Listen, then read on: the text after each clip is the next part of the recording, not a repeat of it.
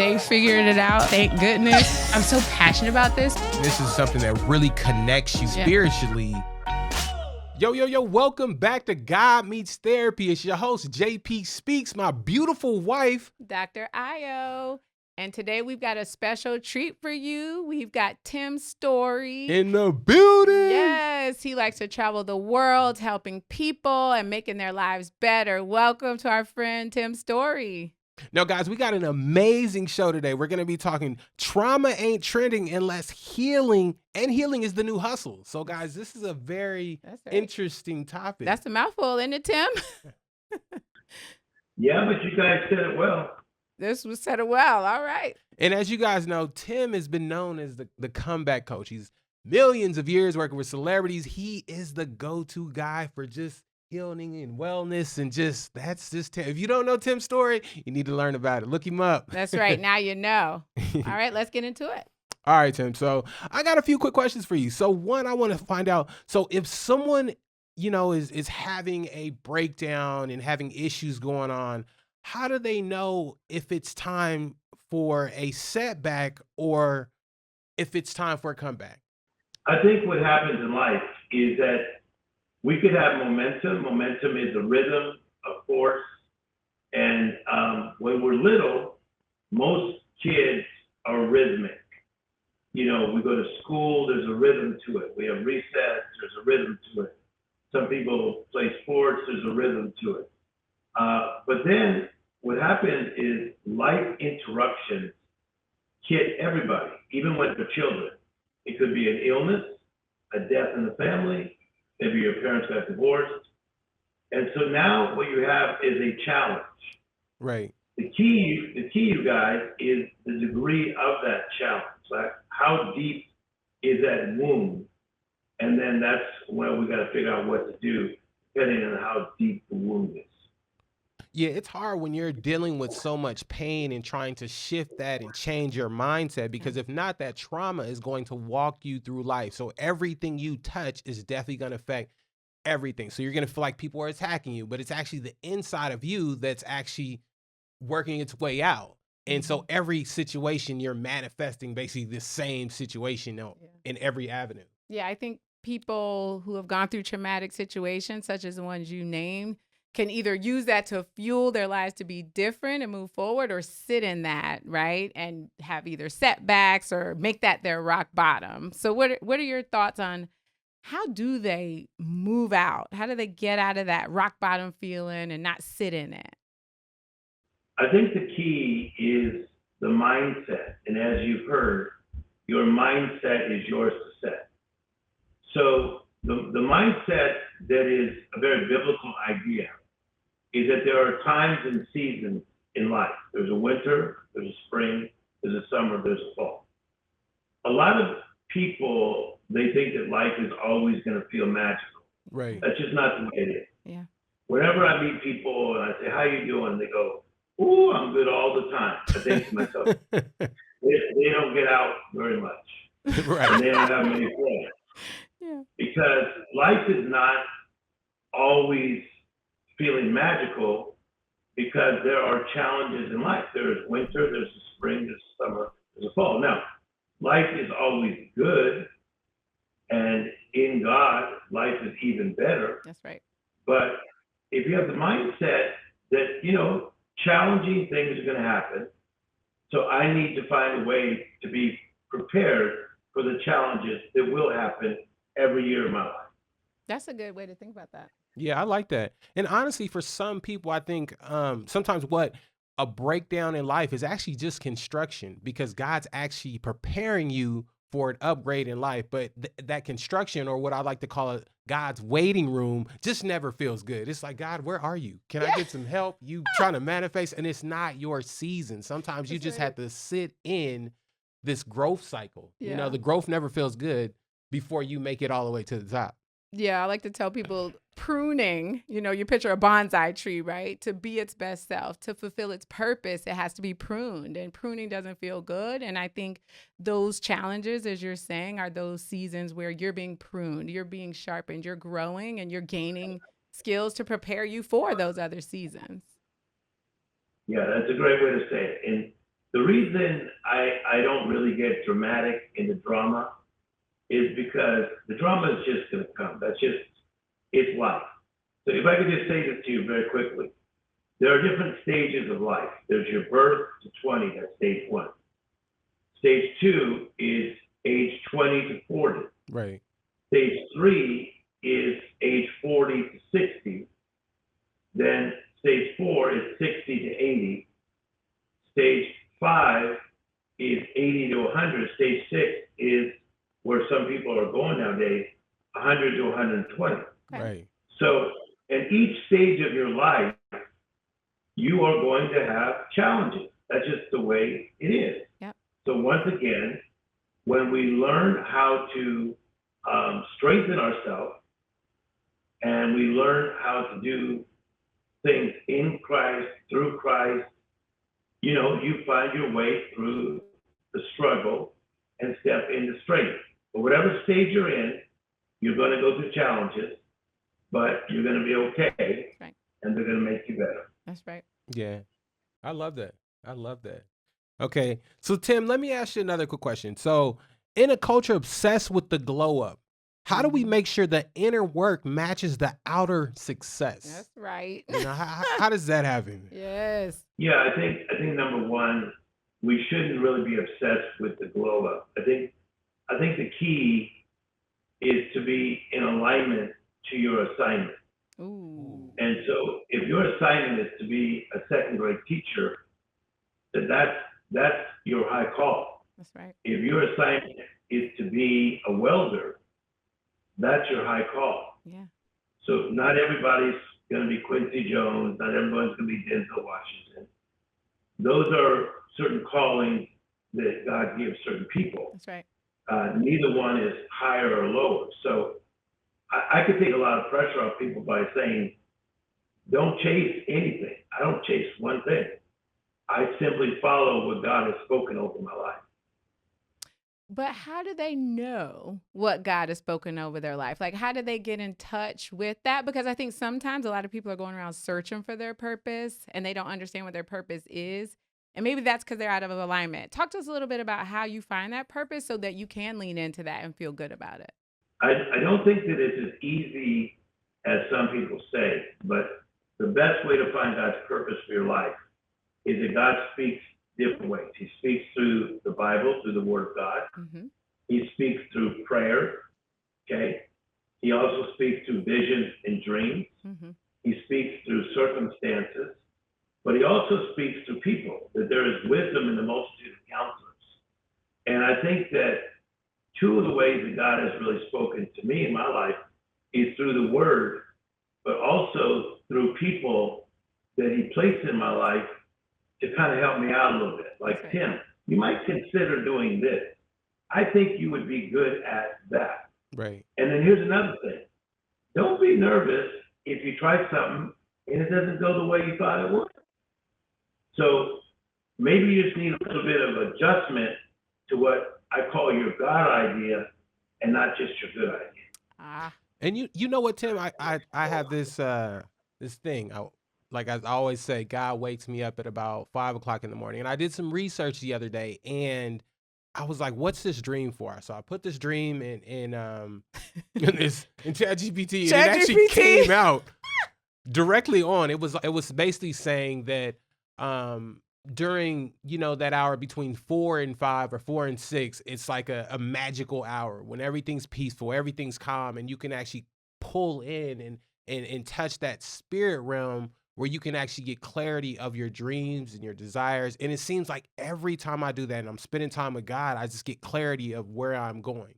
And it also seems like, in those days when that's happening, I get these breadcrumbs. Or even in life, people get breadcrumbs to their directions. They just have to follow the breadcrumbs. I mean, it's kind of like what you will do for free.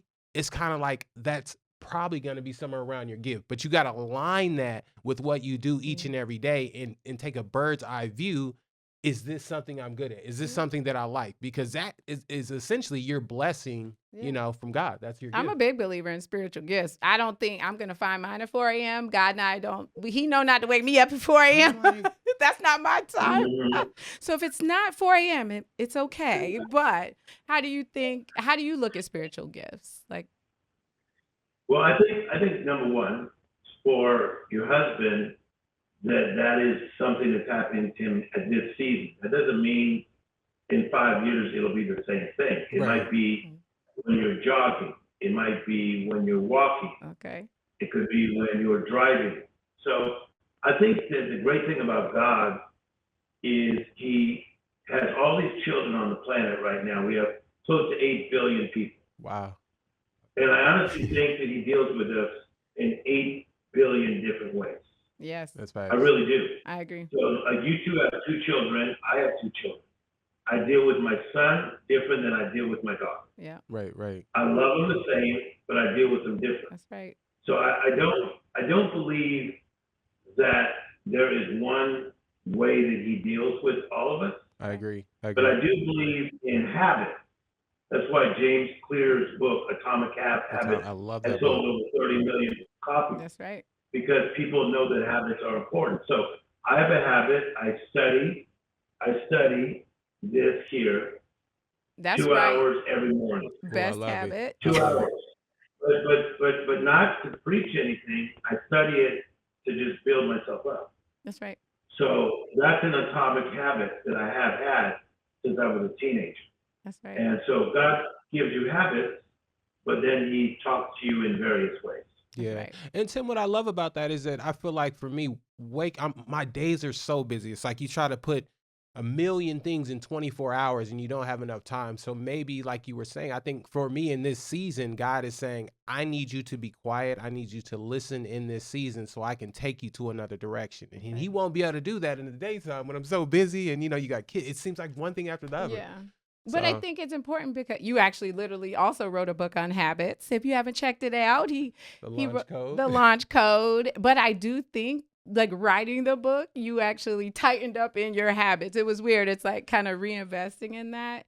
And you start looking a little deeper behind what's driving the habits and why people have issues with, sitting in their own patterns and stagnancy. So, I mean, talk a little bit about why it's so hard for people to change or move or create new habits, in your opinion.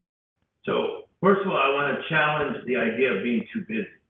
True. So I don't believe in being too busy. Right. So as I'm sitting here all chill, I have 7 companies. I make millions and millions of dollars. Flex. I'm on TV. I'm in 92 airports around the world. Yes, sir. I have a new talk show coming out next year. Working on a Broadway play. I'm working on a movie as I'm sitting here.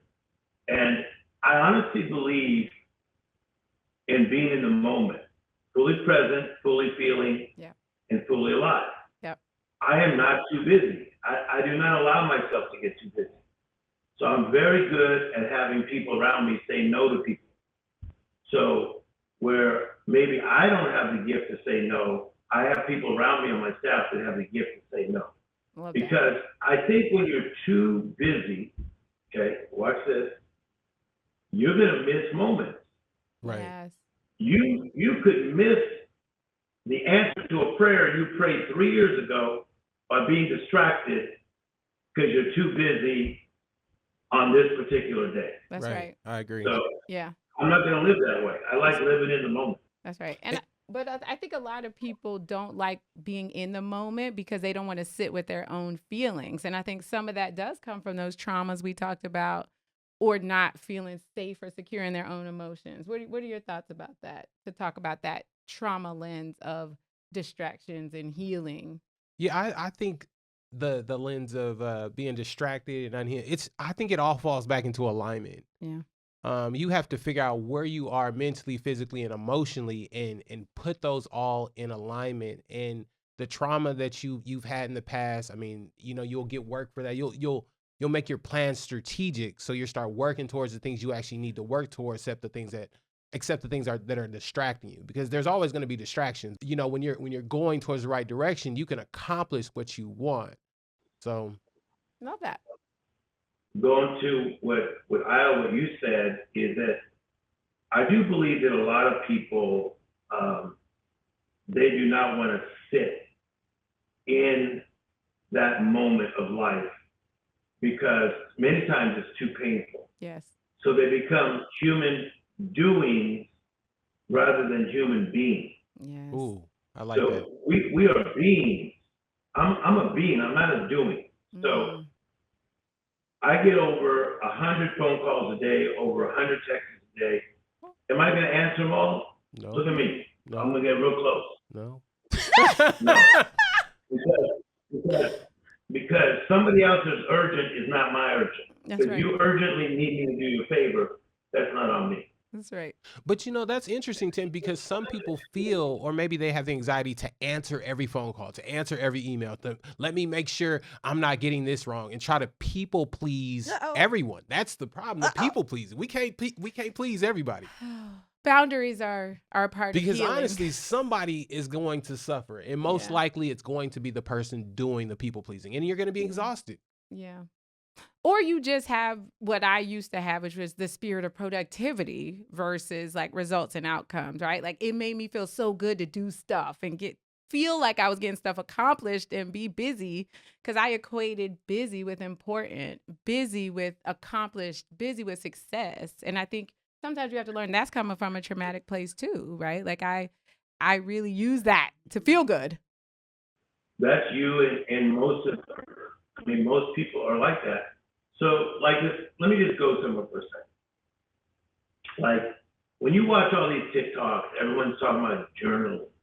Ooh, before I go to bed, I journal. Right. When I wake up, I journal. I think journaling is only for some people. Yeah. Right. That's facts. That's good for some people. Some people do a dream board. I think that's for some people. That's right. So, like, let's take an NBA star. Michael Jordan was one of the greatest, but Kobe Bryant trained different than Jordan. He definitely did. And LeBron trained different than Kobe, but yet they're all elite. Right. So, the same way as Grant Cardone or Ed Milet, but yet we all turned out pretty elite. But we train different. I'm straight out of Compton, and straight out of Compton from other places. You gonna take Grant to Compton and help him with his training? No, I love that. Well, listen, I learned a lot from Grant. I got to say that because he's one of my best friends, but he's learned a lot from me. So that's right. I can learn off people. In the Old Testament, it's a Hebrew word mashach, which is the rubbing off. Yes. So when you get around powerful people like me, being around Quincy Jones for 37 years, he mashach on me, and I rubbed off on him. We rubbed off on each other. He just didn't rub off his genius on me. I rubbed off my genius on him. I like that. That's how life should be. So I have to ask you, I mean, you've worked with all these amazing people and you're amazing yourself. What is one gem that stuck with you from working with all these people? Maybe one quote or one message that really changed the strategic direction of your life or your thought process? I remember being in Quincy Jones' house one day, and we were creating something. And he said, "Little brother, don't be intimidated by me right now." Mm-hmm. He said, "This is the no fault area right here. This table is the no fault, no mistake area." He said, "Just whatever comes from your spirit, just say it. Just say it. Just say it." He said, "That's how me and Michael Jackson came up with the lyrics to Beat It. That's how me and Steven Spielberg worked together in The Color Purple." So now he had me tripping because he's talking about like, being in that no fault zone. Yeah. So when I learned that type of technique with Quincy, it helped me to teach other people to be in that safe place where we could just go and create, and iron sharpens iron. Yes. So I am a master collaborator. I collaborate with people in fashion, and I'm doing a new furniture line right now, the Broadway plays. Those are all collaborations. Yeah. But I like to just remember what Quincy said, like, this is no fault zone. Yeah. Just be creative without judgment. You know, Tim, I love that because that just hit different. I mean, it turned from force to flow. Yes. So like you've really just changed, even the way I'm thinking right now is trying to force something in words and change words to fit in a box that's a circle that I'm trying to put in a square box, and it That's right. just doesn't fit. Yeah. It's I'm trying to be somebody I'm not to. Okay, so you said something amazing there. So we should unpack that, because I believe, from life coaching people for over 30 years, most people are in a force and they never get in a flow. That's Right. right. That's They're facts. trying to force a career, trying to force their way to the top. They're forcing. And there used to be a song in the 80s. If it don't fit, don't force it, just relax and let it flow. Okay. So Okay, Ryman. I just so you know, I'm not forcing anything. That's That's right. facts. I run from some big things. There are big things offered to me right now that I run the other way, Yes, because it's not mine. I don't want what's not mine. that's right. But I think that comes with the spirit of knowing yourself and identity and understanding you and what's for you and what's not, and not the spirit of joy, comparison, as we know that's a thief of joy, or like trying to covet money and things, right? Like people focus on the wrong things instead of number one, getting to know themselves and then understanding what's for them. So I think that's a lot of times why we're forcing it. We're not healed and understanding of who we are. And honestly, I feel like you run up with so much opposition when you're going against the grain. That's right. When sometimes you just need to go with the grain and carve your own direction. I Right. think that's sometimes better than stopping abruptly. Like, I'm going to cut or turn. In football, it's like, I'm running. Let me just stop and change direction. No, why don't you keep running straight and then turn right, or maybe turn left? Sometimes you just kind of have to go with it, and I feel like the universe will give you exactly what you need. You just have Yeah. to be aware of it. Yeah, I think a lot of it is like, what is the motive? So remember I talked about the first 20 to 40, 40 to 60, 60 to 80, 80 to 100, 100 to 120. Like, what is your motive? Right. Why do you want to live in a $14 million home? Like, why? Why do you want us all to know your name, if you want us to know your name? That's Why? right. Like, what is the motive? So you got to check yourself before you wreck yourself, which is 90s. 90s. We And moved from so, 80s to 90s.